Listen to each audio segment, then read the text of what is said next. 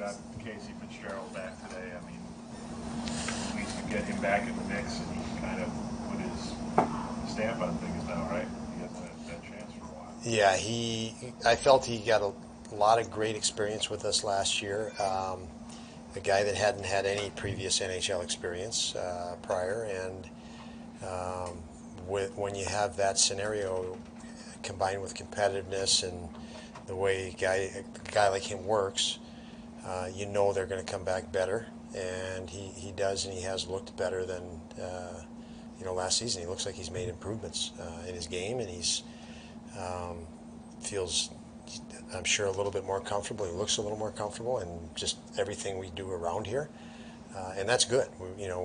He's a valuable guy. I think it's obvious his bite, his competitiveness, his grit back there is something that kind of stood out the minutes that he did get. Is there any sort of update on Kyle, or just No, no update, but pretty consistent, or is consistent with last night. It's going to take a few days for him. The issue he's dealing with will resolve, and I mentioned yesterday that we'll probably see him on the ice in a couple of days. I think that still holds, and we'll probably see him back on the ice in a couple of days. So does he have a chance to be ready for the opener? He does, yeah, he does. When you talk about Casey, I mean, realistically, when we include Lawrence Pilot, you have 8 NHL defensemen to choose from. That has to give you comfort as a coach. Also, I'm sure as a coach you enjoy the competition. Yeah, the competition in general is great because it pushes everybody. Again, especially I'll put it in the context of the ages that we're dealing with here with guys. You put them in a competitive environment. There's so much room for these guys to get better that's what happens. So, beyond, you mentioned Lawrence, who I've had familiarity with because he's been here, and Fitzgerald, who's been here. Those are 2 guys that weren't in the lineup the other night that I have familiarity with. Then you add in Clegg, Davies, and Prisky, and I like the mix of defensemen, of our pool of defensemen. I think they all fit into how we want to play, the style we want to play, and that's really nice to have that. Obviously, some of those guys will be in Rochester just by sheer numbers, but I'm very comfortable and excited about that pool of guys. As we know, the injuries in the NHL can be tough, and we ran into a real challenge with that last year, where there were games that we just we started winning a lot more once we got a lot healthier, and I think our depth will allow us to sustain a little bit more toward the level we're capable of through injuries this year, better than maybe a year ago. Do you like when you do call on Casey that he'll bring something to the table that maybe 5 of your 6 defensemen don't? I mean, his skill set is different than everybody than maybe Labushkin. Do you like the fact that you can call on him to bring something different? Love that. Yeah, I mean, we've mentioned and talked about Casey a lot, in here, and the bite and the grit is something that we notice. But the important thing is the guy wearing the other jersey on the other team is well aware when Casey Fitzgerald is on the ice, and that is extremely important. He has a presence to his game, even though he's small. He holds players accountable in a different manner than maybe our other group of defensemen, and that has an impact, and a real positive impact for us. Last night, I don't know if you call it a classic JJ Peterka game, but you had a good back check, a couple good scoring chances, and you had a terrible turnover. Is that kind of how you have to live through his experience at this stage?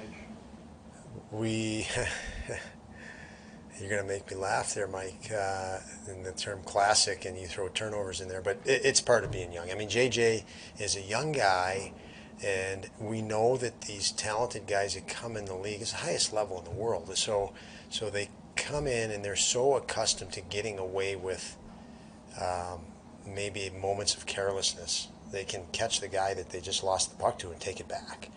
And so your mistakes, you either can overcome them and outscore your mistakes, or you can just catch back up to the guy and cover up your mistakes right away. You can't at this level. So for JJ, like most young players, like all young players, they're learning to gauge that.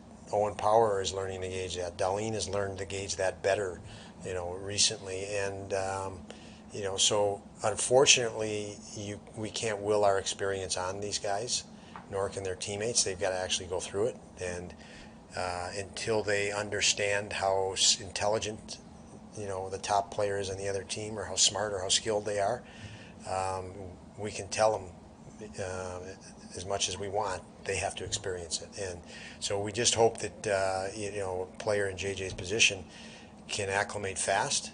He is talented. He does work, and those are two.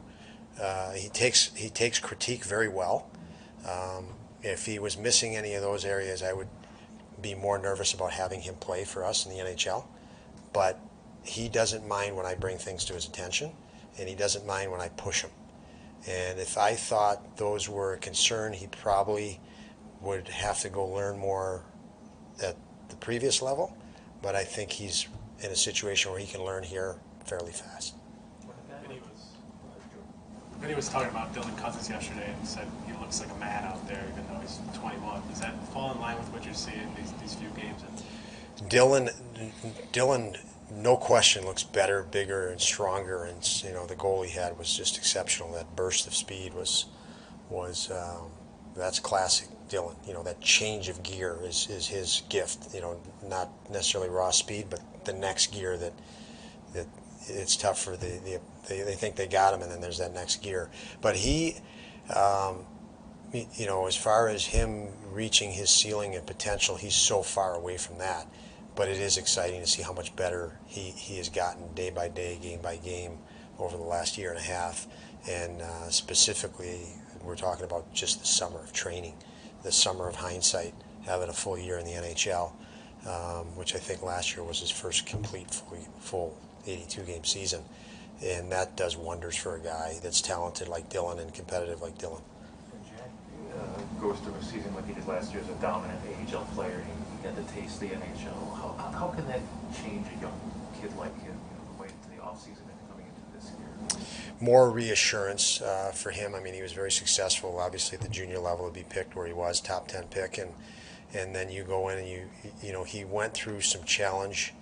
If you remember the story when we sent him down after training camp this time last year, he looked at both Kevin and I and said, "Yeah, I'm disappointed I'm going down, but in the same respect, I believe, that I want to go down to prove to myself I'm better than I was last year there,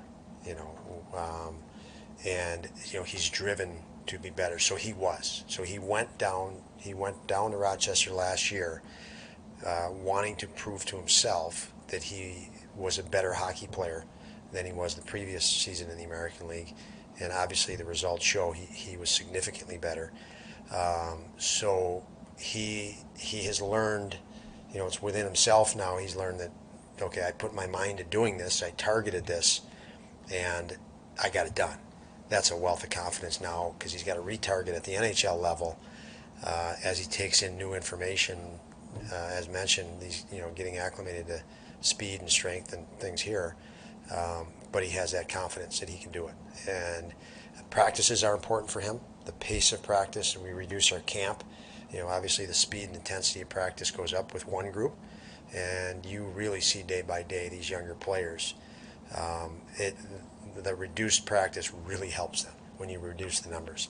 They're challenged immensely, and it's relentless. It's the entire practice. It's every turn and every edge. And we do put guys against, we'll get certain guys against Darlene, knowing he's ultra competitive, and Samuelson, and to help that growth. So when we put practice lines together, we do consider who's going head to head for those types of reasons. What have you seen from the Cousins line defensively, with it being kind of a young group? Well, I think they're going to ride the edge of they know how to play defense. There's no question. What the trick is, you click from defense to offense, and that's a lot of instinct and a lot of experience. Okay, when have we killed the play, and how much can we start heading to offense now? And sometimes you start heading to offense with clear, what seems to be clear indication you should, and it's It's a bounce of a puck and you don't recover and it's in your net.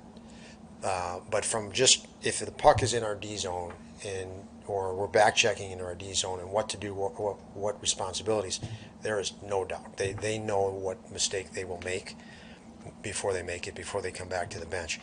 That's dramatically different. We don't have to tell them what the mistake is. They know immediately. So now it's a matter of, okay, in that window of transition, did we break the pressure? Did we kill the play? Are we on offense yet? And it's a little bit tricky because sometimes you're on offense, but you still have to go through layers out of your own zone. That's a whole different type of, that's not even defending. That's actually your exits. That's something that I think all of the players will grow and will grow as a team. And we're targeting as a team much different than we did last year. Last year, the focus was, so I said, building offense is a lot trickier. You've got to learn to defend and get comfortable defending, keeping the puck out of your net. Now, when you get that puck, it's in your zone. You got to go through 3 layers or 4 layers to get out of your zone to get on offense, and that's a little trickier. But he's doing well there, Cousins, and all the guys are actually. I would say him and Krebs, and our entire team has taken in a lot of information from last year in that regard, and it's an area of growth for us. Could I ask you one more Fitzgerald question? In the Calder Cup playoffs last year, I mean, he was joining the play. He was in front of the net.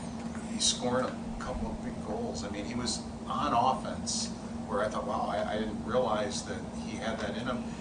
That's in the AHL, though. Is that something that you think that eventually is going to translate into the NHL, where he can become more offensive?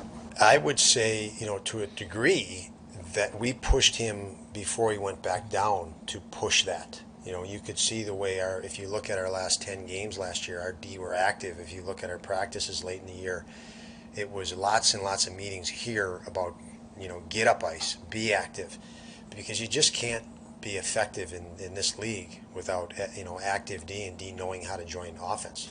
There's no teams that are effective without that. And again, an area of growth for us is the offensive game, and that is engaging the D and the offense. So I think, there was a real push here, and I think he went back there with a lot more confidence to play that way. Obviously, I watched him a lot during the year last year, and he was a guy that was just, again, when you're trying to get to the NHL, you're just trying to take care of your own business and not be a liability, specifically when you're a defenseman. And he was really focused on that, and so we had to reassure him once he got here, listen, you got that down. We trust in you as a coaching staff. Now you can start thinking about the other. You've got that as all instinct now. How you defend is a very, you've internalized that well enough that that's instinctive, and you develop enough intuition. And now let's focus on, what are offensive opportunities that you may have. And I thought he did a nice job with that in the playoffs down there. And I thought that was a big part of him going back and playing gave him another opportunity to do that as well. Thank you. Yeah.